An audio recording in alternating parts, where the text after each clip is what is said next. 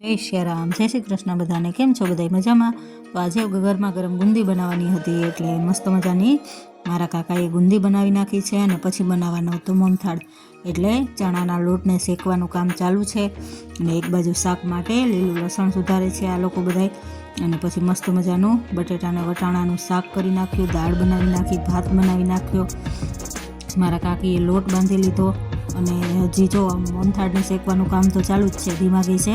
મસ્ત મજાનો મોહનથાળને શેકી નાખ્યો છે. બધાયના હાથ રહી જતા હતા, એટલે વારા પછી વારા એકબીજા શેકી લેતા હતા.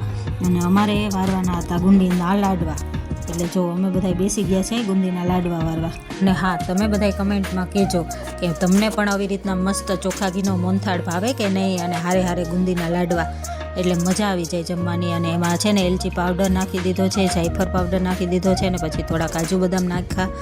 અને મસ્ત મજાનો મોહનથાળનો લચકો બનીને તૈયાર થઈ ગયો હતો. ને આ બાજુ અમારે બધાય ગુંદીના લાડવા પણ બનાવી લીધા હતા. અને તમને આ વિડીયો પસંદ આવે તો લાઇક, શેર ને સબસ્ક્રાઈબ કરવાનું ન ભૂલતા. અને જો લાડવા બની ગયા, અને આ બાજુ રોટલી બનાવવાની હતી, એટલે એ બધાએ રોટલી બનાવી નાખી. પછી સલાડ સુધારવાનું હતું, એટલે એક પણ કરી નાખ્યું.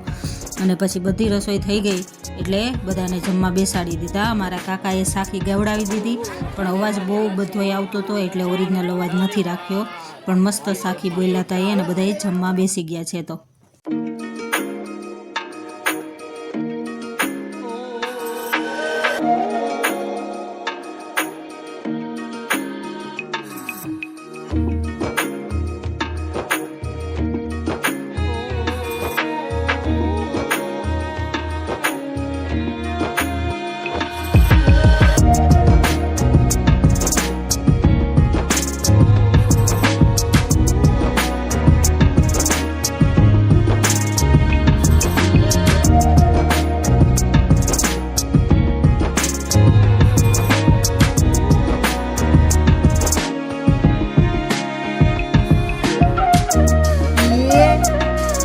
કાનુડી હા હા બરાબર કલર હા